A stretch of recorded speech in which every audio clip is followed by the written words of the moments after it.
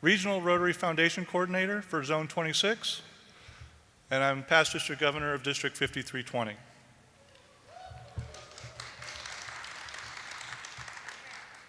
Your checks are in the mail. I'd like to introduce our first speaker this morning. I'm very excited to introduce Laura Russ, who was born in Hawaii but spent most of her childhood in Northern California.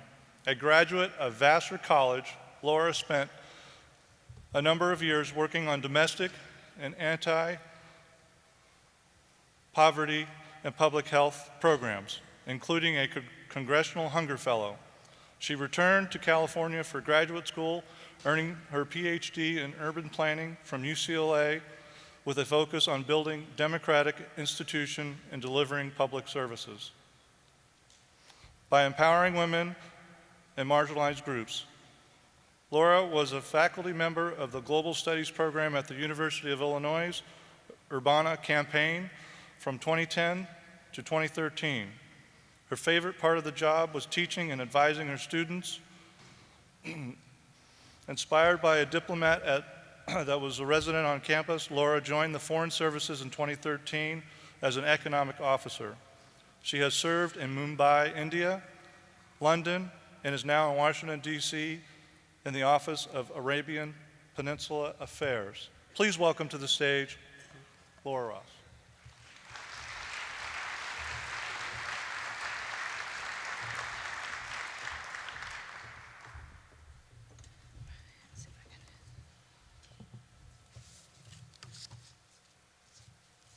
Good morning, everybody. Can you hear me okay? All right, I'm going to bring the mic a little closer because I am not the tallest one in the room today. Today I want to talk to you about the Foreign Service. I work for the Department of State, and I'm here on behalf of what's called the Stateside Speaker Program. As you might guess, Foreign Service officers, we spend most of our time overseas, so we don't get to speak to American audiences very often. Most of our work is promoting U.S. policy to an international audience, and the point of this program is for us to get out there to explain to U.S. audiences what it is that we do on your behalf when we're overseas. I'd like to start with one of my favorite quotes about leadership from the extraordinary Rosalind Carter, who said that a leader takes people where they want to go. A great leader takes people where they don't necessarily want to go, but where they ought to be. And to me, this is what U.S. soft power and U.S. diplomacy overseas is all about. It's us articulating to the world our message about democracy and human rights and stability across the world, and helping other countries and other individuals, whether that's nonprofit organizations or the private sector, to help us in the work to get there. So how do we do that? This is our mothership, so to speak. This is where I work currently. This is the State Department building in Washington, D.C. Really, I just wanted that to go ahead and highlight what our mission is and how we go about enacting that principle of leadership. State Department's mission is to shape and sustain a peaceful, prosperous, just, and democratic world. We're doing that in partnership with our sister organization, USAID, in order to create a shared and prosperous world that is going to take us from here into the future. I just want to step back for a minute and talk about where we work. The short answer to that is just about everywhere. There are Foreign Service officers posted in almost every country in the world, with a few exceptions. We have embassies in capital cities in most foreign countries, as well as consulates and special interest sections in other areas. And the point of those is to make sure that we're close to where American citizens may be residing overseas, but also to make sure that we have an understanding of what's happening outside of the capital regions in financial hubs and cultural centers as well, so that we're really understanding the hearts and minds of people overseas. Talk briefly about who works at State, and then I'll talk more about what it is that we actually do at State. I'm a Foreign Service officer. There's also civil service, locally employed staff, and we have a number of student and internship opportunities. I am a former educator. I love to talk about student opportunities. So if any of you in the audience are in charge of student scholarships or anything like that for your local chapters, please do come talk to me after this. I'm happy to talk about some of those opportunities and help you get students and young people engaged in those. Do want to quickly talk about our locally employed staff. This is these are the unsung heroes of diplomacy. They are the backbone of what we do overseas. These are local people, foreign nationals primarily, residing in their home countries who work at U.S. embassies. Often they do that at great personal risk, both to themselves and to their families, in very difficult circumstances, but they provide us with the understanding and the really true, deep knowledge of those places, of those governments, and those cultures, and without that, we could not do our work. As I mentioned, I am a Foreign Service Officer. I'm a generalist, which basically means, though I'm technically an economics officer, I can be expected to do almost any job that the diplomatic corps asks of me to do. So far in my 8 years, I have been a consular officer, helping American citizens overseas, issuing visas. I have worked on nonproliferation and counterterrorism, and I currently work in humanitarian assistance in our Near Eastern Affairs Bureau. So as you can tell, it's a broad array of things that we do. The point is, for the generalists, is to build a certain skill set in how to move issues forward, how to take a lot of information, condense that information, and pass that up to people who are going to make really important decisions about what we do in the world. So, 10 things to know about the State Department, and then I'm going to go through a few of those in a little bit more detail in the time that I've got. We support American citizens abroad. We create American jobs. We save lives. We help to make the world a safer place. We promote democracy and foster stability all around the world. We help countries to feed themselves. We promote the rule of law and protect human dignity. We help Americans to see the world. Oftentimes we are the only face that other people see of what America looks like, so it's really important for us to make sure that we articulate American values when we're overseas at all times. And we help out in times of crisis. I'm going to talk about a few of these in detail, given the theme of this conference here today. Talk about our work on anti-corruption. This is a lovely building. It's called Lancaster Palace. It's in the United Kingdom. I think many people assume that diplomats only hang out in places like this, having tea and wearing pearls. On occasion, we do get to go to beautiful palaces such as this, but usually we're there for pretty serious work. In this case, I helped to plan the U.S. delegation's presence at the Anti-Corruption Summit in 2016 in London. This really goes to our work on fighting corruption and promoting rule of law. So more broadly, around the world, corruption saps economic growth, it hinders development, destabilizes governments, and undermines democracy. It also allows loopholes that can be utilized by criminals, human traffickers, and terrorists. The Department of State has made anti-corruption one of its strongest national security priorities, and we work around the globe to prevent local-level graft and corruption, promote national security, encourage accountability and transparency, and empower reformers within those countries to help them set the agenda and help their countries improve on these issues.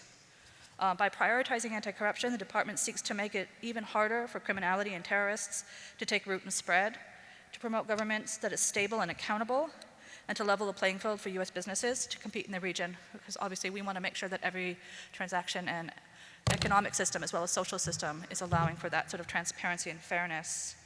So this ties in this case, to anybody heard of something called the Panama Papers? I can't actually see the audience terribly well.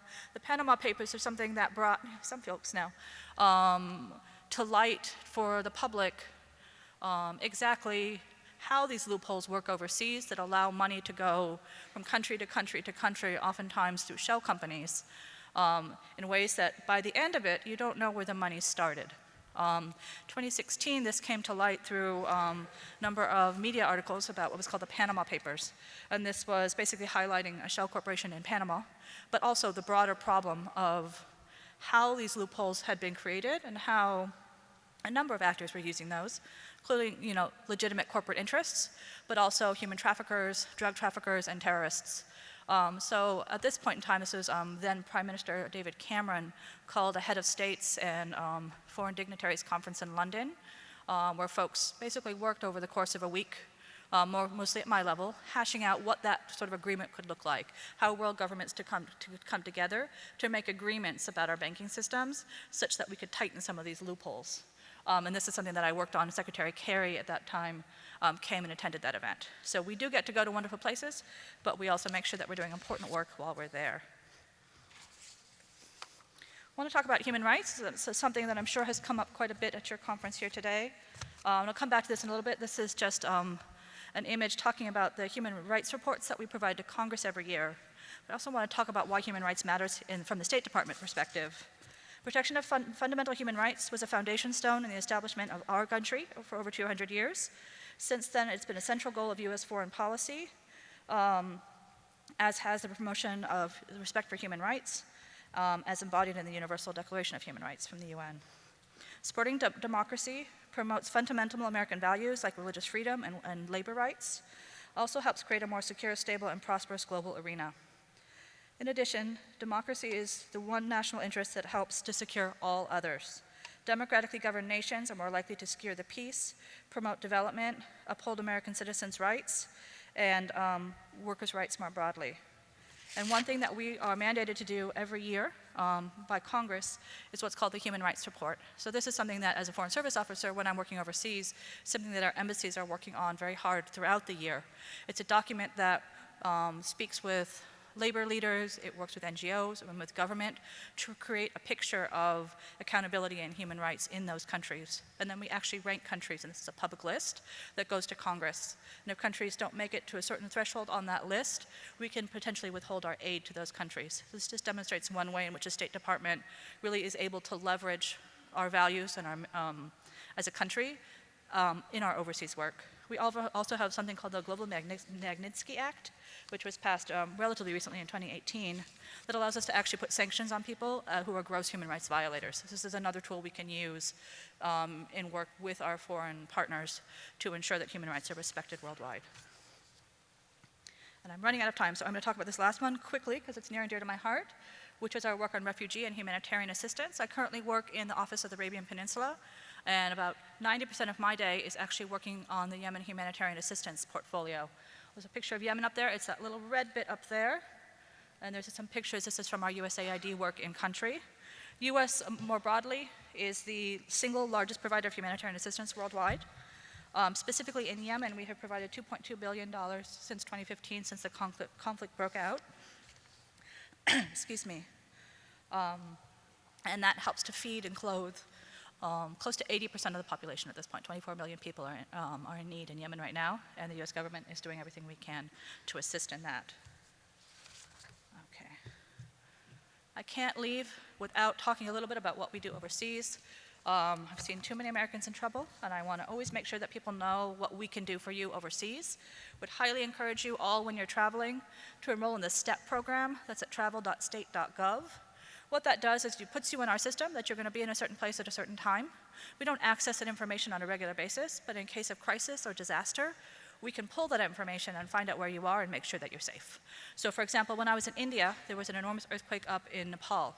And we sent officers from all around our region to Nepal to help with the crisis work. And we used that information that people had put into the STEP program to figure out where Americans were staying in Kathmandu and throughout Nepal. We actually blanketed all of those areas, looking for those people to make sure that they were safe and to see if they needed any assistance in terms of lodging, if they needed health care assistance, and also to get people on planes out of the country. So just to conclude, want to, where'd we go? There we go. Draw your attention specifically to the email address at the bottom here, publicoutreach@state.gov. Stateside Speakers is always happy to come out and speak to one of your local chapters. I can give you my card after this as well if you'd like to talk to me more about those opportunities. We'll definitely encourage you to get in touch with us. I'd like to conclude with a quote that's a favorite of mine from the great Indian poet Tagore, who said, "I slept and dreamt that life was joy. I awoke and saw life was service. I acted and behold, service was joy." It's a great honor for me to be part of the U.S. Foreign Service and to be a federal employee. I know this conference today is all about finding peace, both in your personal life and in your profession. Would encourage everybody to look into the Foreign Service if that's something that calls to you, but more broadly to continue to do the service that is near and dear to your heart. Thank you so much. Have a wonderful day.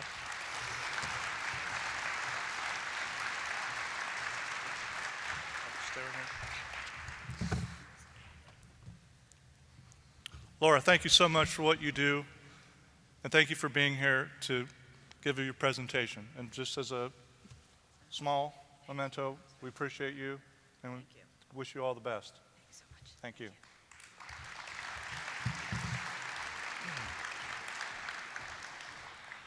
So our next speaker, Dr. Fozia Alvi grew up in Pakistan. She's an American-trained physician working in Calgary, Alberta. She and her husband are passionate humanitarians and have organized several health and education-related projects in developing nations, including opening a charity-based maternity hospital in rural Pakistan. She served on medical missions to Bangladesh refugee camp in 2017 and has subsequently become an advocate for them. She has spoken internationally about genocide and advocates for the Wajirs of China to end illegal organ harvesting. She currently leads the Foundation Humanitarian Auxilium and organizes medical relief missions. Please welcome to the stage Dr. Fazia Alvi.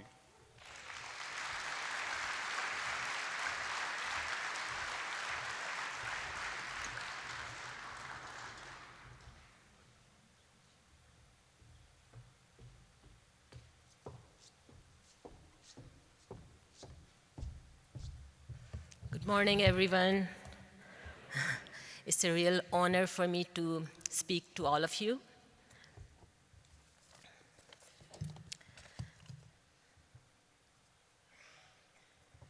So I'm going to talk about Rohingya genocide.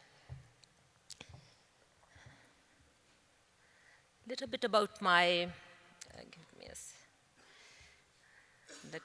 I have to organize my thoughts, so I brought my laptop also, otherwise I can speak here all day. My time is very limited, but before I forget, please attend my session. I have so much to tell you. It's at 3 o'clock in Ballroom C, and I will tell you lots of other things about Rohingya genocide. So my involvement with Rohingya was back in 2017. I started hearing about the stories of massacre, violence, rape happening in Myanmar, and the injured and traumatized people were arriving in Bangladesh, and it was in the news circuit, for a few days.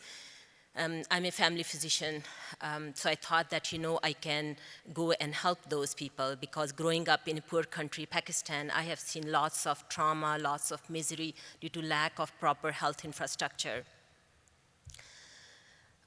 So that was my first introduction to Rohingya. When I went there, what I saw there, it really shook my soul. I was horrified as a woman, as a doctor, especially as a mother.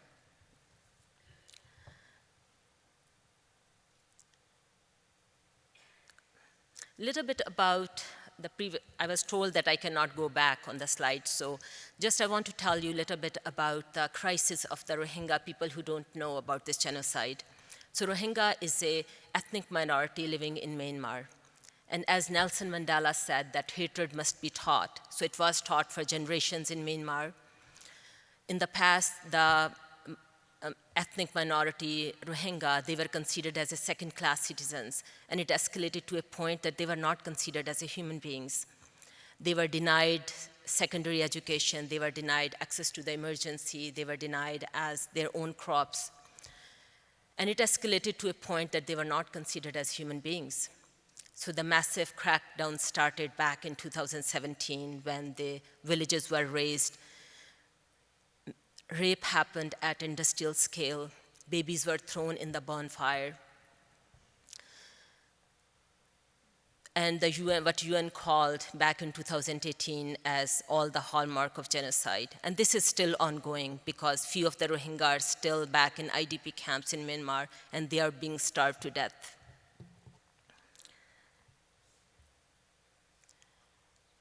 I want to tell you a little bit about this girl.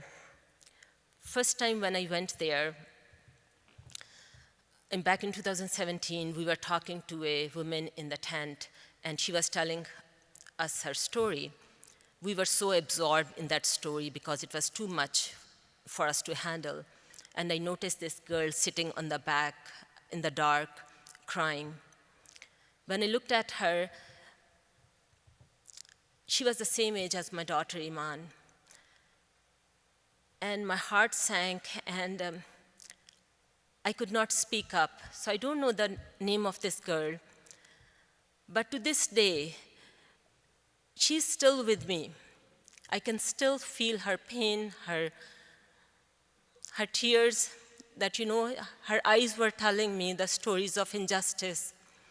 And she was hearing her mom's story, that how her dad's throat was slit in front of them, how her baby brother was snatched from her mom's lap and was thrown into the fire alive, how her mom was taken to the barn and was gang raped for 15 days. So this girl tears and this girl face is driving me to do all this advocacy work. The conditions in the camp, Bangladesh is a poor country, so they are literally dependent from the help from the NGOs. About 1.3 million people are living in those bamboo and tarp tents, about the size of a medium-sized city, Calgary, that I'm living in. They need everything. It was traumatizing for me when I saw malnourished mothers were nursing their malnourished babies. Nutritional supplements, formula, they are not allowed to give to them because Bangladesh government does not want to get them too comfortable in a way that they won't go back. Permanent structures are not allowed. They're living in those, it's a cyclone are happening every day, mudslides are happening.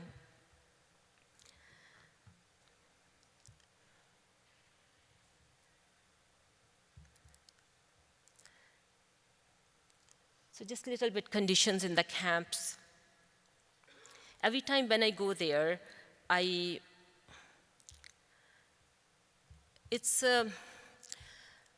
see people that they are I never understood the meaning of a term tent city until I got there.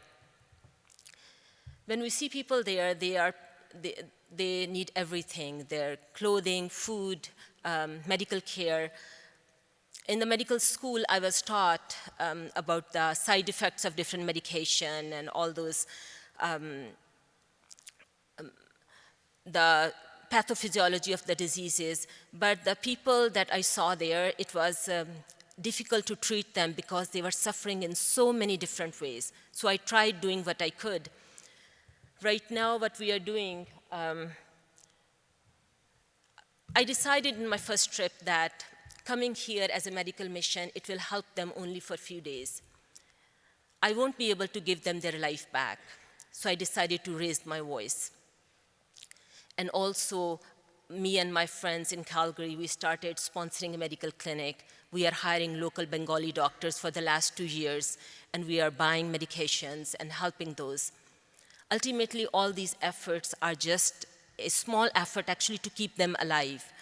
It won't give them their lives back. That's why I'm here speaking to you. As we are talking, my doctors' medical teams, doctors from US and Canada, they are going there every couple of months, and they are training local Bengali doctors because it's very difficult to recruit local doctors to work in the camps because it's not easy. So they are fresh out of medical school. They don't have the skills to take care of complex patients. So we are teaching them the small courses like helping babies breathe course, ultrasound techniques, and all of these things every couple of months.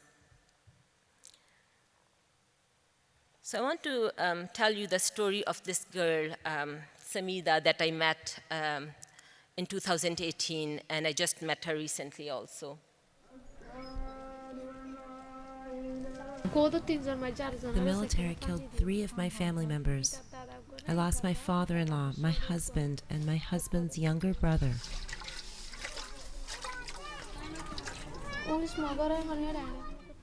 The military was firing bullets at the people, and they were throwing dirty water back at the soldiers. There was blood and guts everywhere.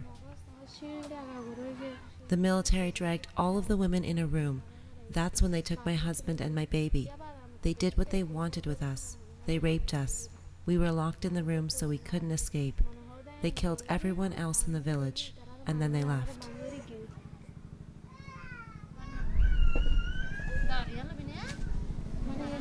I spend all day thinking that I have nothing anymore. I don't have any desires, just the desire to die.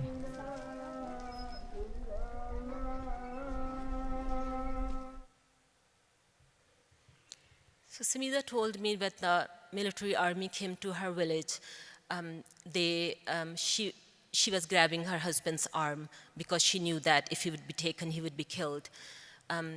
So she was she was struck and she was thrown into a wall, and she herniated her disc. She said that she had a very back pain, so possibly she herniated her disc. She could not stand up, so they took her husband. Her husband was holding their 6-month-old baby. The baby was found 2 days later near the dead body of her dad, soaked in dried blood, barely alive, in a very, very bad condition. And other women in the camp village, she found that baby, so she brought her to the village. So Samida came to Bangladesh with her younger brother.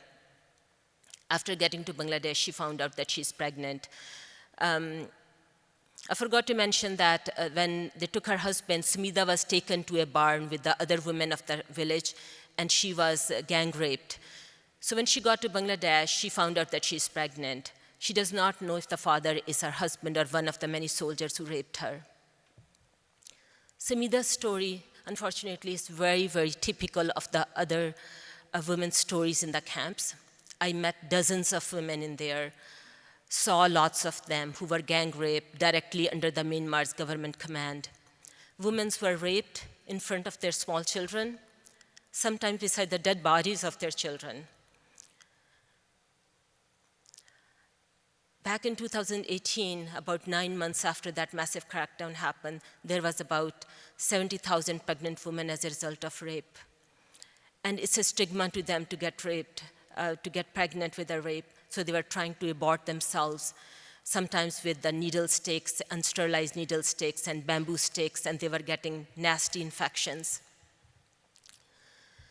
When I met Samida, I thought that these women are human beings like you and me.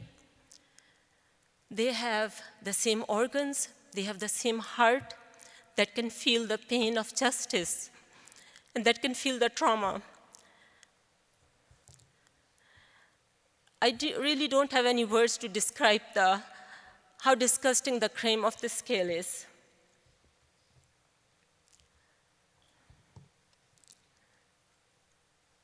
So I met Samida recently. I came back in October from Bangladesh. The general chaos in the camps and the lack of authority puts these children and women at risk of human trafficking. There are about 40,000 orphans in those camps who don't know where their parents are, or some of them have seen their parents' throats slit in front of them. I was horrified as a mother that who is going to take care of their children?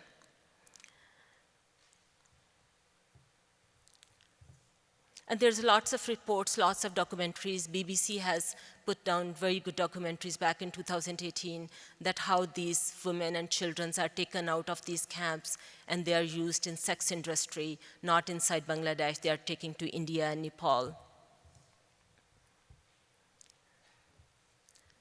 I have another story, but I have limited time, so I will show it in my breakdown session. This is a grandmother story.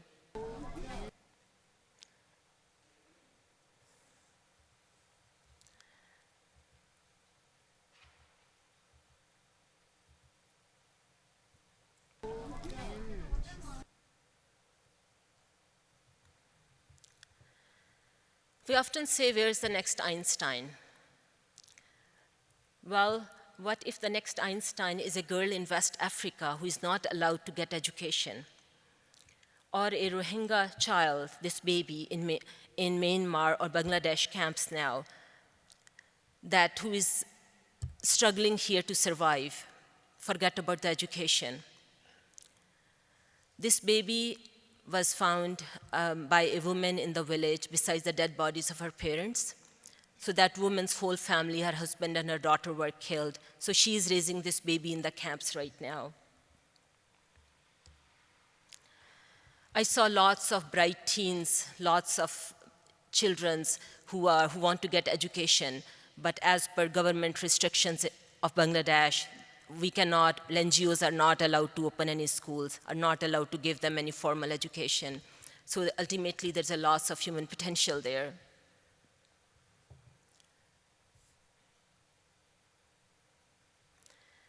As a fairly recent update, there's a legal battle going around inside the International Criminal Court charging Myanmar with genocide against the Rohingya, initiated by Gambia of all the countries.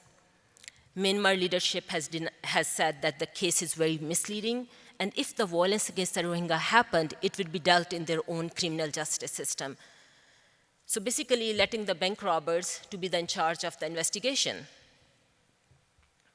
I can't stress it enough how important it is for us to account Myanmar government, including the Aung San Suu Kyi's, to account for their crimes. Because if we don't do it, we are encouraging this behavior. And we are already seeing, recently last year, in India, millions of people were stripped of their citizenship in Assam. And what's going on in Kashmir, everybody knows about it.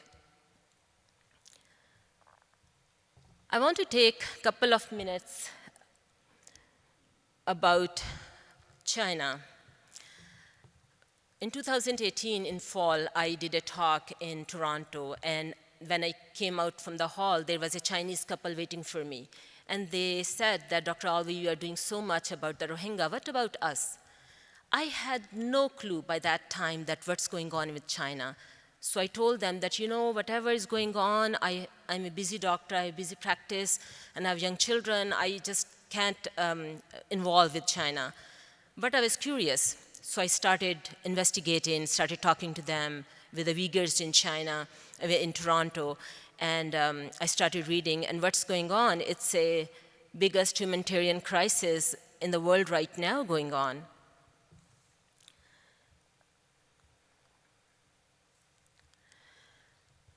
I'm working with Canadian Medical Association as well as with other medical societies in US and UK, Australia. So we involved other doctors from US and other countries to, and asking our medical societies to condemn the forced organ harvesting. Because according to the US intelligence agencies, there are about 3 million Uyghurs in those concentration camps, and their organs have been taken out against their will. We have made these institutions, UN, International Criminal Court, EU, to make nations accountable and ensure that never again means never again. Interestingly enough, since I started using this analogy 2 years ago, after witnessing Rohingya genocide, it's been happening more and more in other parts of the world right now. China has created a state apparatus that has used Orwell as an instruction manual and taken it even further.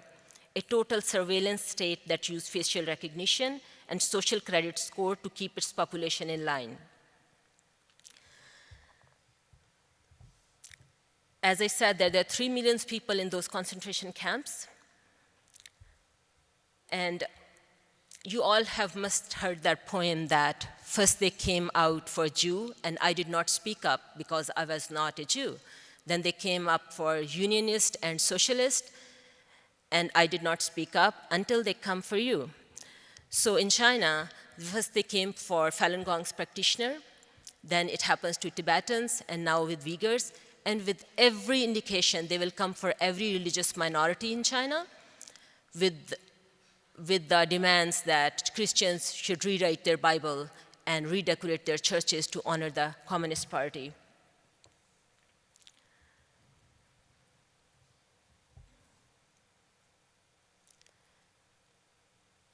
So these figures are from the UNHCR. There are about 70.8 million right now in the world, displaced people, refugees. 70.8 million. I often wonder that how it must feel when they decide to leave their homes, their belongings, a place what they call their homes all their lives. how it must feel when you decide to leave your home to save yourself, how you must feel when you are told that you cannot get education because you don't have any proof of previous hard work. This is the reality of lots of refugee children in the world right now. When we read about the atrocities committed in the past, it's very easy to imagine that hopefully we are on the right side of the history by supporting them, giving donations what we can. I never realized that the hardest part of seeing crime like this in real life is after what you can, like doing all these awareness talks and fundraisers, sponsoring doctors, sponsoring medical clinics, and working in hot, humid temperature, 40-degree temperature, for days in Bangladesh is after I feel that sometimes my efforts are meaningless. And the reason I'm saying, because the Rohingya are still there. I'm talking about this for the last 2.5 years. They are still there, and Myanmar government still does not feel that they need to stop wiping them out. Last week, I was preparing my presentation, and I shared these pessimistic thoughts with my colleagues.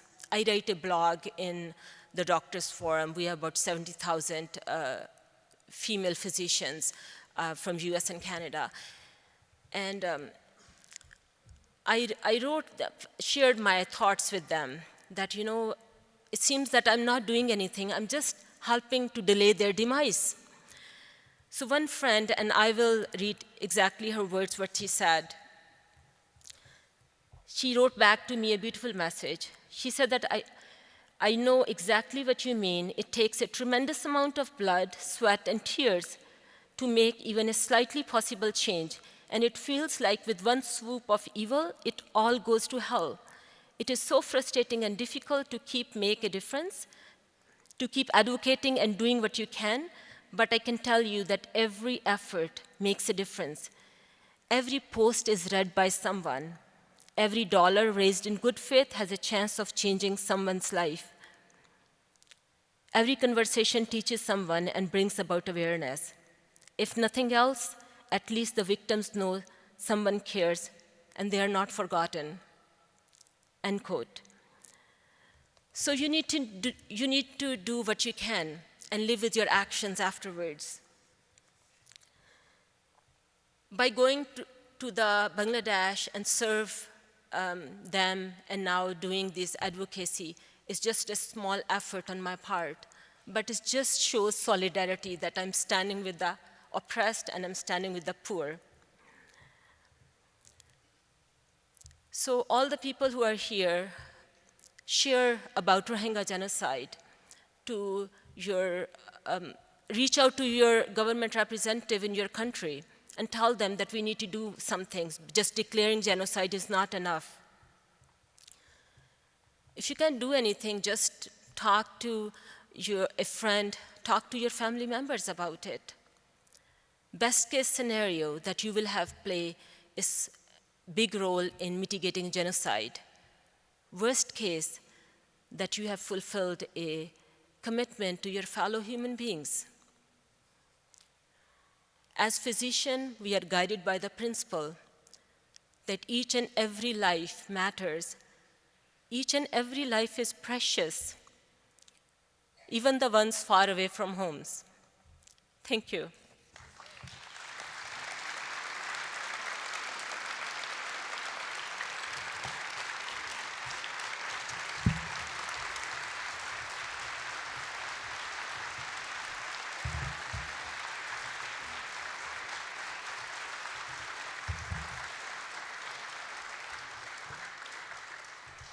Dr. Alvey, we're so fortunate to have you here today and give us your inspirational talk this morning. I want to thank you, and I want to wish you well and continued success in your journey. Thank you.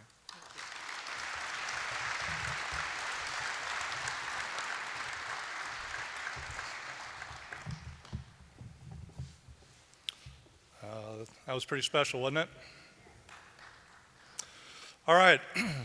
Our next Guest we will be interviewing up here on stage is Patricia Heaton, is an Emmy award-winning actress.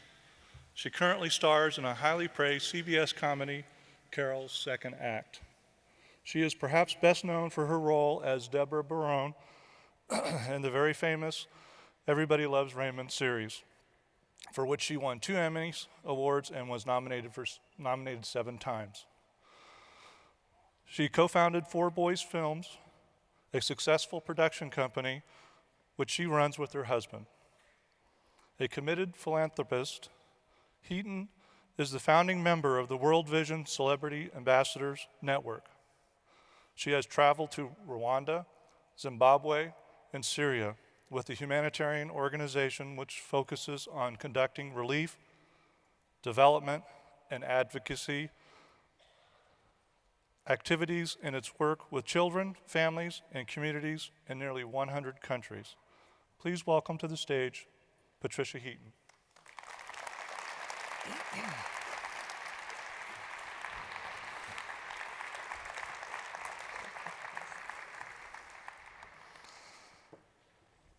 Good morning. Thank you for being here with us this morning. Sure, this chair's a little high. My feet are hanging.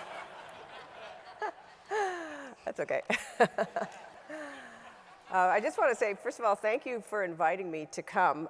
When I heard that, World Vision asked me to come and speak at this Rotary convention, I was thinking, Rotary, which is Rotary?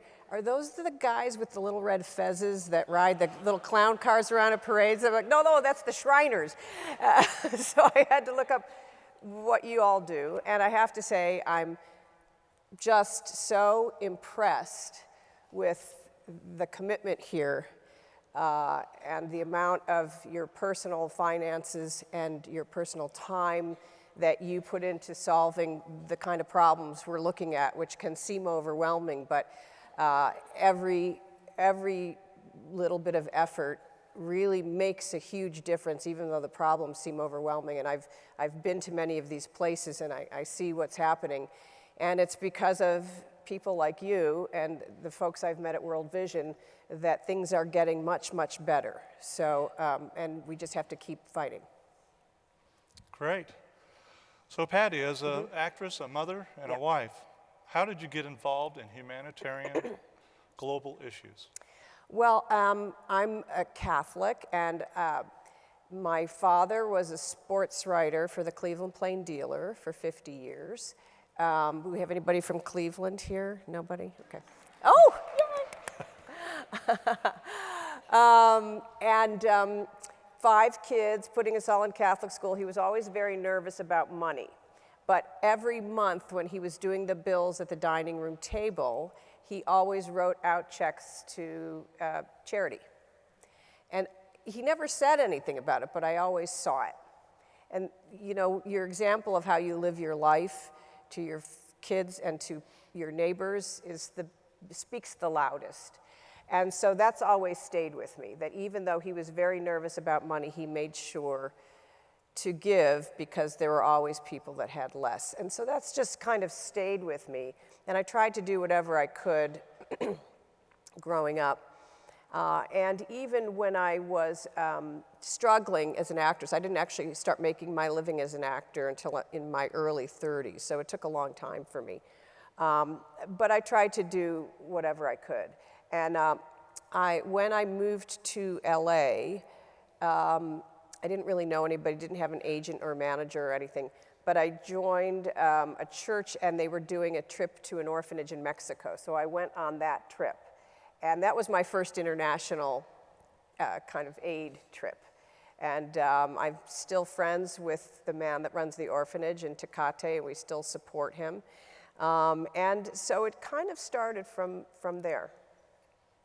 Very good. As a World Vision Celebrity Ambassador, you have traveled, obviously, widely and learned about poverty and conflict. A lot of Rotarians are very involved with water projects. Mm-hmm. Have you seen any projects that you'd like to tell us about? Yeah, so I have been to Zambia, Uganda, Rwanda, and Jordan with World Vision. So it was Syrian refugee camps in Jordan, Sudanese refugee camps in Uganda, went to Rwanda to see the water projects and the reconciliation projects. This year was 2019 was the 25th anniversary of the genocide there. It's amazing how that country has come back. It's an amazing country. It's been so eye-opening. And you see a lot of poverty, you see what the issues are firsthand, but you also see people like yourselves, the people at World Vision, really making a difference, and it's very hopeful. The clean water, as you all know, is a huge issue because everything stems from that. In order for women and girls to be able to get education, to be able to start businesses, they have to have enough time in their day to do those things. And if they're spending most of their day fetching water, they won't have that time to grow and to be educated and to start businesses and to take care of their families properly. So clean water also, with the water they're drinking now in many of these places, it's really dirty and it makes them sick all the time. So clean water is really the foundation that needs to be laid in order for all these other things to happen, for girls to be able to go to school, for women to be able to start businesses. They just have to have the water locally, and it has to be clean. So World Vision has a huge commitment to have clean water in all 100 countries that we are represented in by 2030, and we're more than halfway to the goal. And I know that we're hopefully going to all be partnering together with you and the Gates Foundation to really keep that going. So that's been an amazing thing to see around the world in the places I've been. And I've really seen firsthand how important it is. What attracted me to World Vision initially, once I sort of got this platform in my business, in the entertainment industry, I wanted to be able to use that to affect some change. And I was looking around for an organization that had transparency, accountability, and long-term impact, which is a lot like Rotary Club. As I've been chatting with some people prior to coming up on stage here, I see we have so many of the same goals. You know, World Vision, 86 cents of every dollar goes directly to the programs. When World Vision identifies an area that needs development, they are there for 12 to 15 years. And the services and what they're implementing there is implemented through people living in those villages, so that by the time World Vision leaves 12 to 15 years later, these programs are flourishing and will continue. 10 years down the road, all the World Vision wells are still working because they teach maintenance to people in the village. People in the village are invested in maintaining the wells. So what I loved is that, you know, it's an efficient use of the hard-earned dollars that we are all putting into, you know, the organization. You can see where everything's happening. It's very transparent, and it's effective and makes lifelong changes for people in the program. So that's really what attracted me. And then what was odd, though, because World Vision is the largest NGO in the world and the biggest provider of clean water, and nobody in Hollywood had heard of World Vision. So I was a bit shocked, and I thought, well, this is what I can do. Maybe I can use my platform to spread the word, because we constantly need support, financial support, and people should know what World Vision is doing. And so I kind of made that commitment, and it was great because we went from 5 years ago, no one in our industry hearing of World Vision, to last year, Entertainment Tonight, doing a 2-part series on my trip to Rwanda. And you know, millions and millions of people saw that, and we get more children sponsored that way. That's one of the signature work of World Vision, is to have a sponsored child. And what they used to do is have, they would send you a sponsored child and ask you if, you know, here's a child in this country, would you like to sponsor? Well, they've started a new program called Chosen, where you send your picture to World Vision, and they'll have a ceremony in a village with your picture and everyone else's picture set up, and children go in and they choose you. They look at all the pictures and they choose. So I'm going to Guatemala next month to meet to meet Mei, the young boy who's 5. His name's Emmanuel, and his nickname is Mei. And I'm going to meet him because he chose me a couple months ago. So I'm really excited about that. And hopefully we'll be heading to Bangladesh before I go back into production in August. If, oh, God willing, if we go back into production, we're still waiting for it to get picked up for next season. It's a show called Carol's Second Act, CBS, 9:30 Thursdays. The more you watch, the longer the show runs, which means the more money World Vision gets. So watch the show. Well, Little plug there. that's fantastic. It sounds like an organization that I know of. Anybody know Rotary out there? Yes, right. So we know that children and families in crisis situations are a special interest of yours. So can you tell us about that? Well, I'm a mother of 4 sons. They're all in their 20s now, I believe. It's all a blur. When I had them in 93, 95, 97, and 99. So the years, which is the years I was on Everybody Loves Raymond, so that whole thing is a blur. Yes, I have 4 sons, and I know what it's like to try to, work and raise a family and, keep it all together and how much it costs. And so, of course, with anyone, the heart of a parent sees these children who are suffering, particularly refugee children. They're very vulnerable. In the refugee camps in Jordan, in Bidi Bidi, it's actually a very well-organized camp. The King of Jordan has been very generous in allowing the refugees to come. But it's bleak, and most refugees are there in those camps for 20 years. This is not just, oh, we're here for a year and then we go back. Often they never go back. Right. And so they're having to build new communities, and it's been wonderful to see World Vision be a part of that. What was interesting, World Vision is a Christian aid organization in its founding, but we serve everyone, regardless of religion or race. And when I was in the camp at Bidi Bidi, World Vision had built a kindergarten for the youngest because they didn't have any place. And there were women in hijabs and full burqas with their Muslim curriculum wearing World Vision vests. And I thought, this is what the world is supposed to be like. We're supposed to be helping each other. All our various faiths foundationally teach us to help and love and serve one another. And so I think that that's what you do as a secular organization. It's what we do. We don't care where you're from. We don't care what your beliefs are. What we care is that you're suffering, and we want to help ease that suffering, because we've been blessed in this country to be born into the most prosperous country in the history of the world. And we need to, and by the way, we didn't choose it, we didn't earn it, we were just blessed to be here. And so we have a duty for those who, by no fault of their own, have found themselves in these difficult, war-torn, poverty-stricken situations to share the blessings that we have. And I know that you do that, and World Vision too. And what I feel it does, we're all living in this sort of toxic political situation here. And when I see people, and I understand it, being upset about this or that, but there's people suffering right now whose poverty and illness we can alleviate right now. There's a website called The Real Real, which is a resale website for high-end fashion.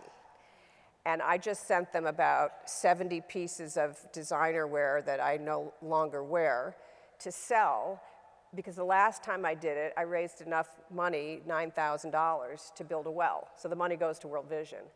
And so there's little things you can do in your life, if you look around, to support these efforts. And now I just sent another 80 pieces, and I think that'll bring in another at least $10,000 for another well.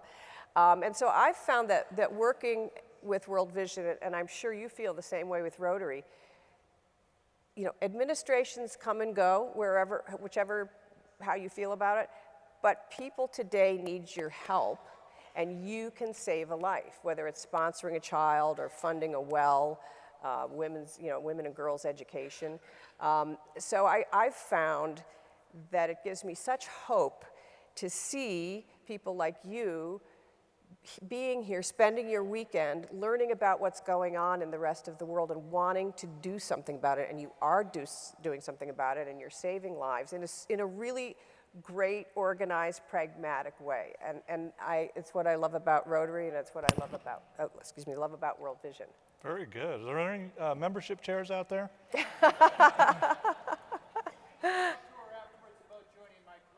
Okay. Okay. So you talked about going to Guatemala and Bangladesh. Do you have Yes. any other trips planned? That's all for now. I try to squeeze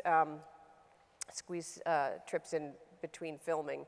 So, and we've been pretty successful in doing that. I'm starting to try to get some actors to go along with me. It's so life-changing. If you get the opportunity to visit any of these places, you realize, first of all, that we're all exactly the same. When I was in recently, the last trip was Rwanda, and Edward, who was the head of World Vision there, or Rwandan, who was the head of World Vision in his area. We had a long drive, as you often do when you go visit these countries, that you have these long drives to get out to the rural areas. And we were chatting. He was talking about his wife and how when he comes home from a long week, and she wants him to go to this wedding of a colleague of hers from her office, and how he really doesn't want to go, but he kind of has to. And I said, marriage is exactly the same no matter where you go. I said, I've had this exact conversation with my husband. Like, I don't know any of those people. They're your friends. Why do I have to go? And, I just thought, we are no different from each other. I mean, we have different languages, different cultures, but we're just all human beings. Marriage is as difficult in Rwanda as it is in Los Angeles. And it's just, you just realize the world becomes a small place and everybody becomes your neighbor. What I've found now that as I've learned so much traveling to all these places and seeing all the difficulties is now when I look in the paper and you see an article about Ebola coming back into Congo, and I was in Uganda, which is literally a stone's throw across the river, and I know people in Uganda, and I thought, oh my goodness, I'm wondering how much Ebola is going to affect my friends in Uganda. It becomes very personal now, these news stories. It's not a faraway place anymore. It's a place where I have friends. Right. So I think what this kind of work does for all of us is make us realize that we're all in this together, and these are our brothers and sisters around the world. They're our brothers and sisters, and they need our help, and we have a duty to be there for them. And your organization, World Vision, the Gates Foundation, they're really great organizations to put your money into because you really want your money to be effective. And I've found, as I've learned about Rotary and what the Gates Foundation is doing, and as I've learned working with World Vision, that it's, you know what, we can do this. We can do this. While we have this time here, we can affect change.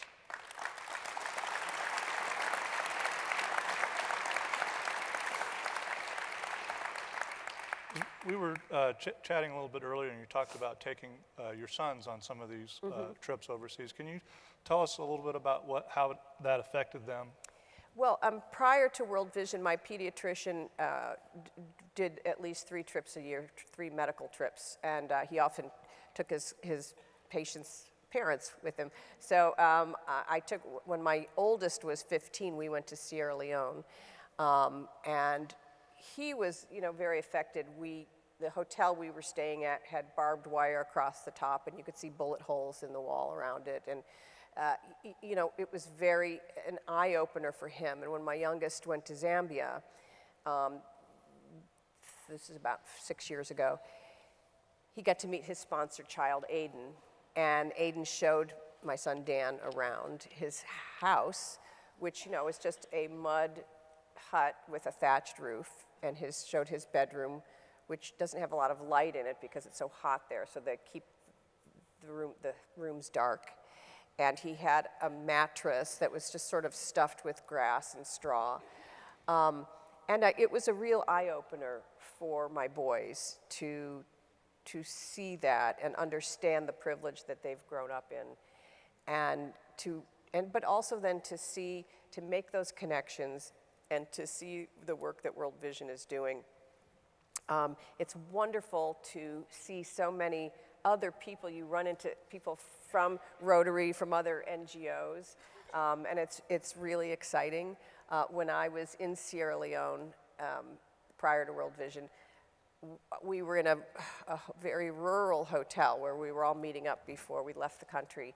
And I walked in, and the owner of the hotel looks at me, and in a very American accent said, "Wait, are you from Everybody Loves Raymond?" And I said, "Yes." And he said, "What are you doing here?" And I said, "What are you doing here? Where are you from?" Well, he was a Sierra Leonean, but he had worked in Washington, D.C. for many, many years, and he came back to open a hotel and start a business as a way to help his country, to employ people, to get businesses going. And it was just this wonderful connection that it was so unexpected. And that's what's so great about traveling and with our boys to be able to see that with us. So I'm hoping that as, you know, they're all sort of just figuring out who they are and what they want to do with their lives, but I'm hoping that something like Rotary or World Vision will become an important part of their life.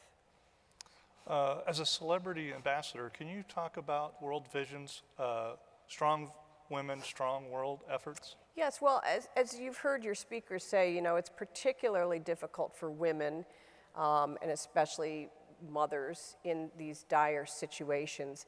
And World Vision has has a great focus on that, on maternal care, on education, things that we don't really think about. In Zambia, it was a big deal. The school had finally built, in one area, a toilet that was separate for the girls.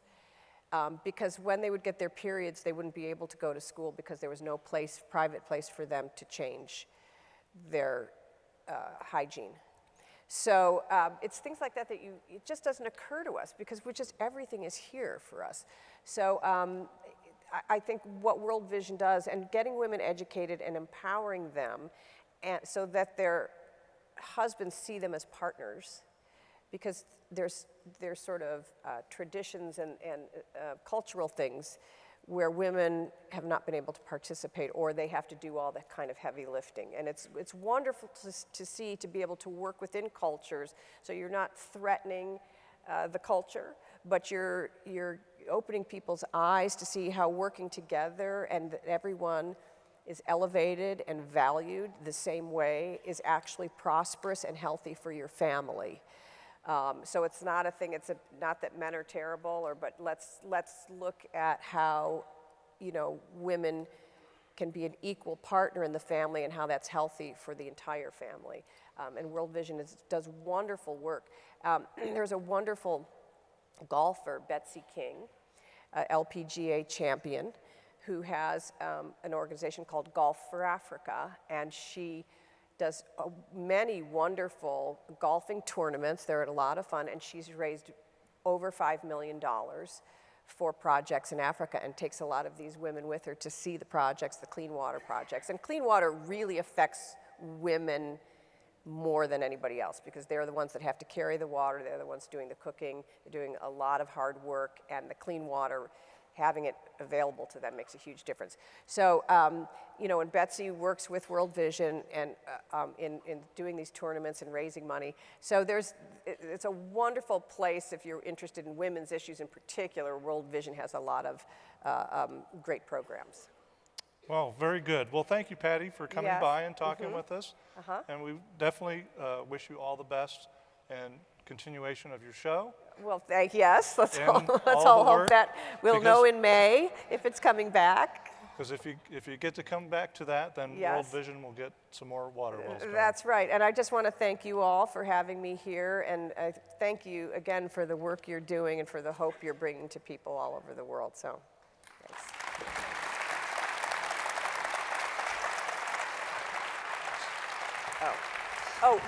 Can I just say one more thing? Sure. One thing I forgot to say, so this is actually a plug. It won't sound like it, but it is a plug for World Vision. I have a line of housewares at Walmart, Patricia Heaton Home, and the profits that I make from that also go to World Vision. So it's gorgeous and very affordable dinnerware. So keep your eye out for that, and if you're interested in getting some beautiful new plates and dishes, take a look at Patricia Heaton Home at walmart.com. And that goes to World Vision too. Yeah. Thank you, Patty. Okay. Just a small token of our appreciation. Thank you so much. We wish you all the best. Thank you so much. Thank It's you. lovely to be here. Thank you.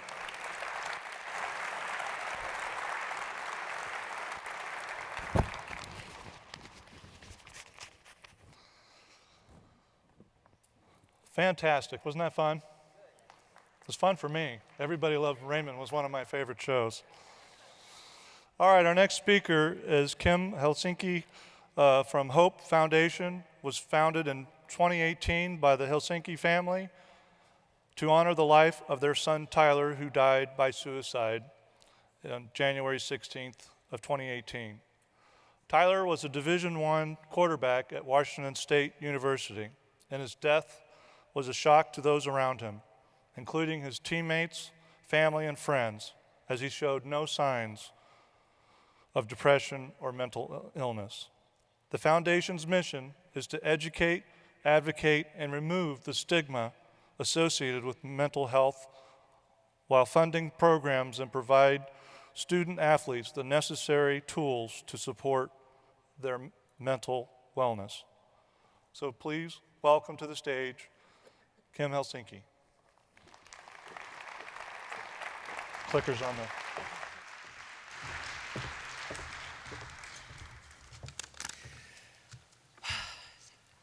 It's been 2 years and 2 days since Tyler passed. We raised him in Claremont, which is just down the street. We have 3 sons. Tyler's our middle son. And of the 3, he was the happiest, the kindest. I mean, he was absolutely beautiful on the outside and on the inside. We still feel as confused and lost and sad today as we were 2 years and 2 days ago. But Patricia mentioned something about as you're having your children, you're kind of foggy and it's a big blur as you're raising them and going through life with them. But what I do remember during the 21 years that we had Tyler, I remember being happy with him. I remember falling in love with him the day he was born. And I realized, because Tyler showed no signs of depression or anxiety, he was suffering in silence. And maybe the stigma attached to mental illness and the belief that because he was a student athlete, a quarterback, 6'4", strong guy, that he couldn't open up and ask for help. If Tyler was suffering in silence, it was our belief that there must be others out there that were also suffering. And because of that stigma, they were afraid to ask for help. So soon after Tyler passed, we formed Helsinki's Hope. We've traveled around the country, spoken with so many student athletes, and actually beyond students. We speak to a lot of Greek life students as well. We share Tyler's story with them so that they'll be able to speak up and they'll be able to recognize maybe something in Tyler that they're feeling, and they can ask for help. I couldn't save Tyler.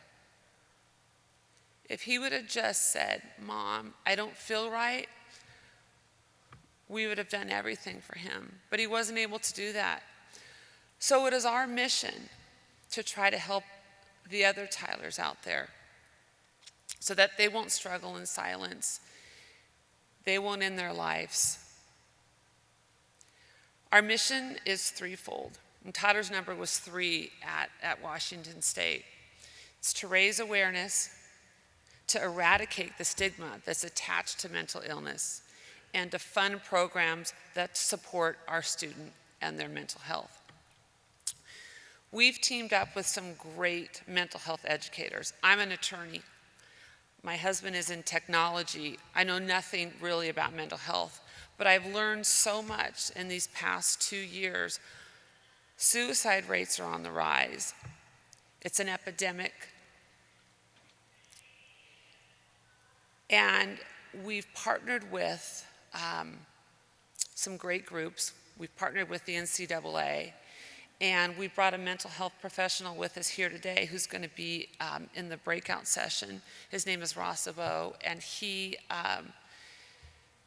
has a mental health curriculum called Behind Happy Faces. He's wonderful, and if you can, please go listen to him. He's become part of our family. We're so grateful to him for his guidance and love and support. My husband, Mark, Tyler's dad, is going to come up here and share a video with you about Tyler. I want you to get to know him. I know you never met him. But you'll see in this video maybe your children or your grandchildren. And I hope that you can open your hearts and minds to realize that Tyler had an illness and he couldn't talk about it. So we're going to help as many people as we can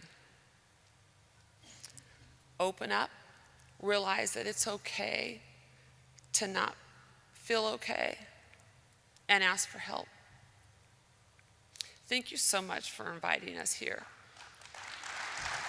My husband, Mark.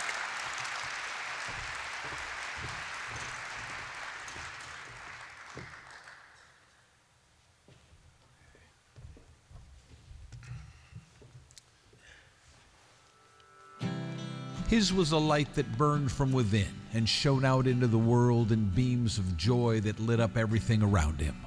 No, not one time.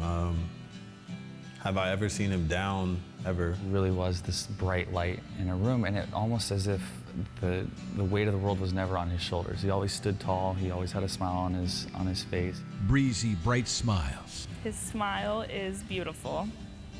And when he smiles, his eyes get these little lines. Laser beam throws. And I know that I'm going to be going to a great program in Wazoo and playing for head coach Mike Leach. I can't wait. I'm excited. He is a real easygoing guy. He's everybody's type. And moments of sheer electricity that ignited a legend. And he left and he went to Pullman because he loved the people. What he did on a Saturday night on the Palouse. Against Boise State, against all odds. Touchdown, Washington State. I mean, he played like Superman, almost. Will be talked about forever. A rush of 4. Helinski has his left. Caught, made at the catchment to the 20-yard line. Morrow to the 10. Runs for the win. Dives for the pylon. Touchdown, Washington State. Touchdown, Washington State if it stands. The ruling on the field stands. Touchdown, Washington. It's a comeback for the ages. An all-time Cougar win. They carried him off the field that night, under the lights. There were a lot of things right with Tyler Helinski, but there was something wrong too. Something dark and ominous that took hold of his soul and wouldn't let go. Finally just kind of opened up and said, I'm sad, but I can't base the sadness off anything. I can't pick one thing that I'm sad about. It's just an overwhelming sadness. That overwhelming sadness was depression, mental illness. A week after Tyler took his own life, hundreds and hundreds of people gathered at the Cougar statue in front of Martin Stadium. Not a word was spoken, but 1,000 questions were asked, and they are still being asked. If even the brightest and the strongest are no match for the disease, what chance do the rest of us have?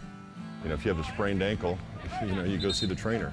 If you get hit in the head, you got to go through a concussion protocol. And we have to start to treat, some of this mental illness stuff the same way. But Tyler's light still shines. It shines on research and science. It shines on shattering stigmas, and it illuminates the mystifying darkness that surrounds mental illness. It's a path, a beacon, It's a hope. We call it Holinsky's Hope.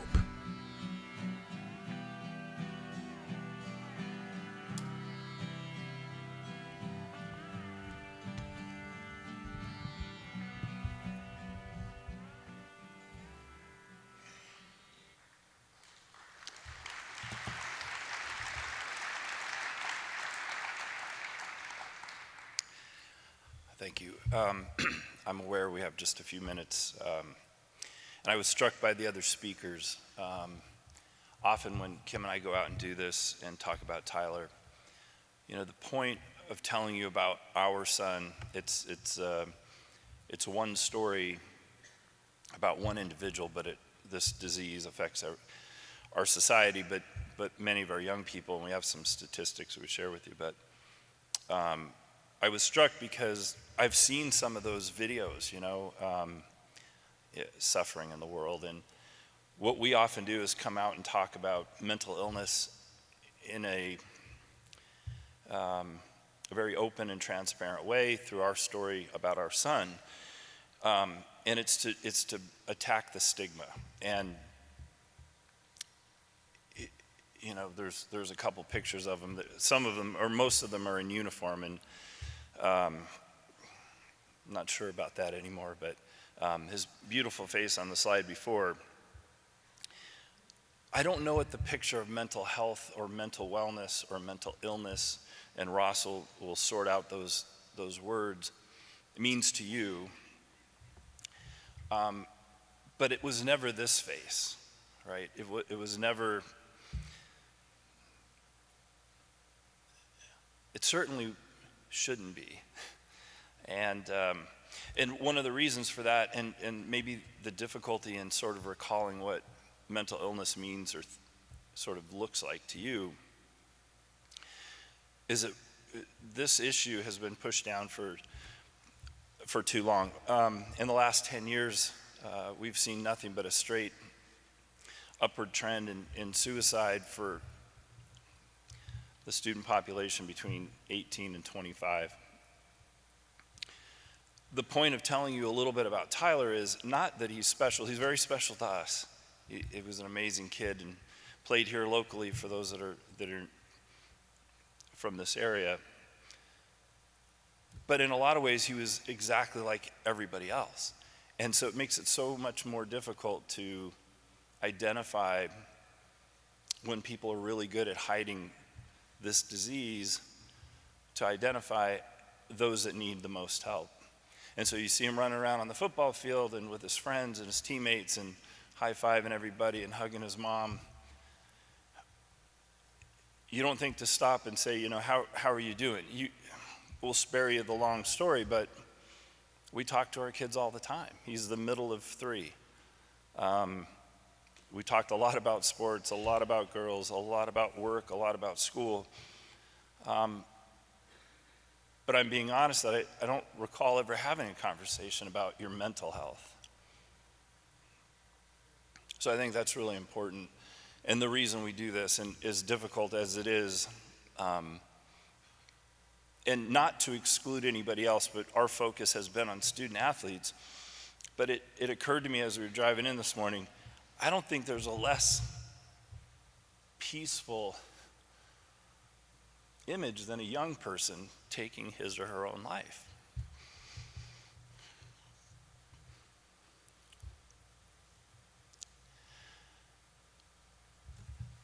When we flew up to Washington State to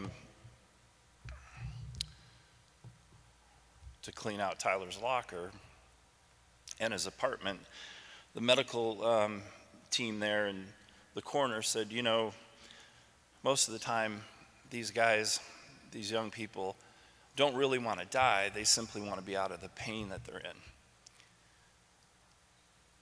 And it's an awful feeling knowing that this isn't a permanent problem, but the solution certainly fatal and permanent.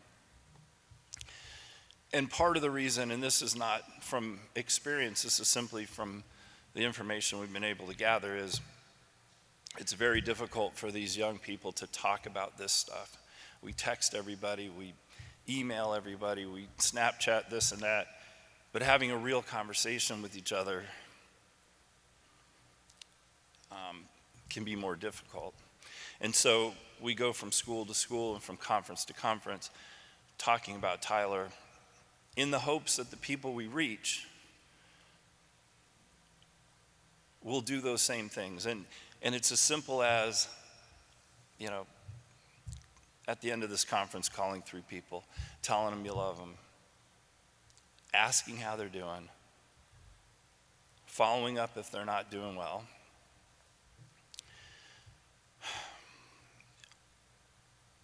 And taking some responsibility for the friends and family in your group.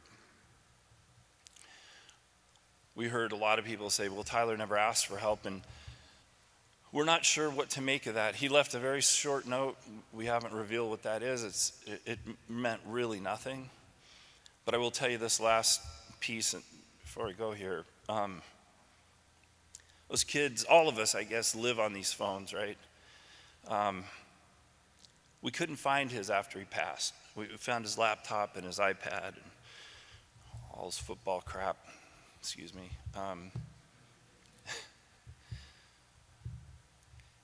But we couldn't find that phone, and because there was no note, no dear dad or dear mom, this is why I had to go.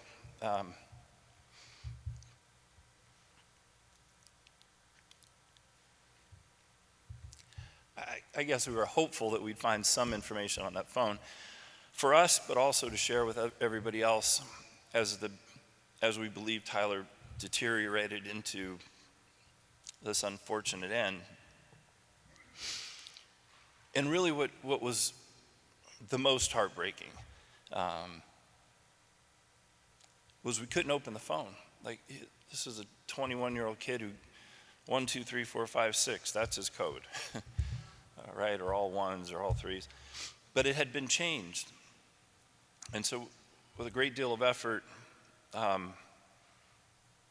we were able to unlock the phone. And the way you do that, although very proprietary, is you trick the phone into thinking you're only trying one time, so it doesn't erase the data. And there's only a couple companies that can do this. And it took about 30 days of running 6-digit codes. And so when they finally broke it and they gave it to us and they sent us the phone and they broke out all the information, we couldn't figure out what the code was. It's a series of numbers that didn't make any sense. They weren't numbers in football, they weren't childhood. And I can't even remember how this came out, but the only word that makes sense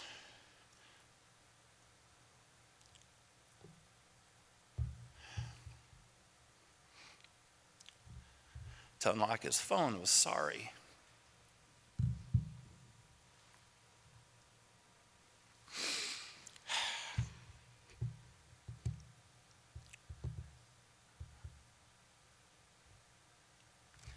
For you mathematicians, that's 5 letters.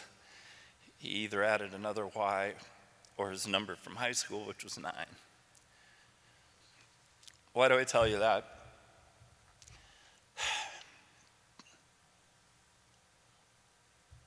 That is stigma.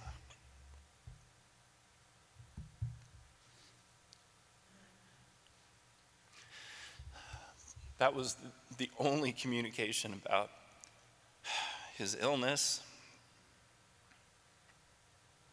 and his decision to end his life. We were able to find out after we had the information from the phone that he changed that very near the end of his life. So, big fat guy up here blabbering about his son. Why did we bother? Because this is a critical time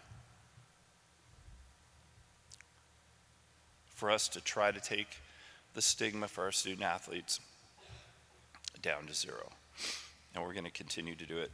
Ross Szabo is with us today, and I would encourage you, if you have the time, to stop by the breakout session and listen to Ross and the plan he has for helping our young people. Thank you very much.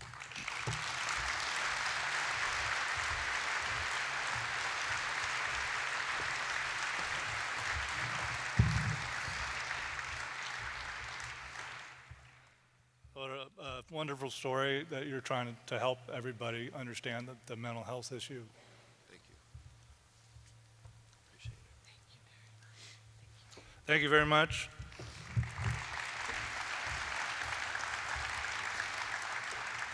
So please join them in room 100A and B.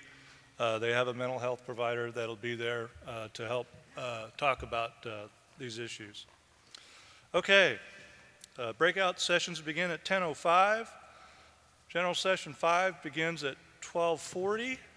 So right after lunch, don't be late, because we'll keep an eye on you. The exhibitors in the House of Friendship would love to see you, and that's where the lunch will be served. You get lunch boxes. And lastly, if there's anybody in this room from District 5340, please come up to the stage. I need to talk to you real quick. Thank you very much. Have a good day.